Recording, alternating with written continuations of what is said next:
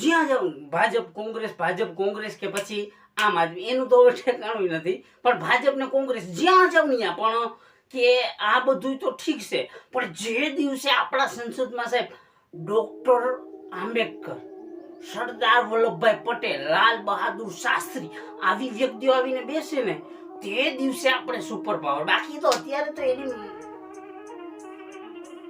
બોલાઈ જાય કે જે દિવસે વલ્લભભાઈ પટેલ જેવો વ્યક્તિ સાંસદમાં બેસે ને તે દિવસે આપણા દેશનું કંઈક થાય, કે જે દિવસે આપણા સંસદમાં લાલ બહાદુર શાસ્ત્રી, ડોક્ટર ભીમરાવ આંબેડકર જેવો વ્યક્તિ હોય જેને ફૂલ પડે એને આવી હું જરૂર રાજકારણ, એને પબ્લિકની સેવા કરવાની જરૂર.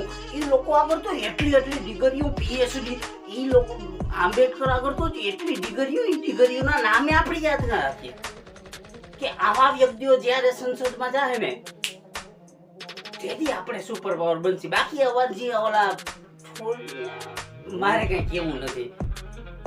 લવ યુ યાર બધાને, ભાજપ કોંગ્રેસ બધાને.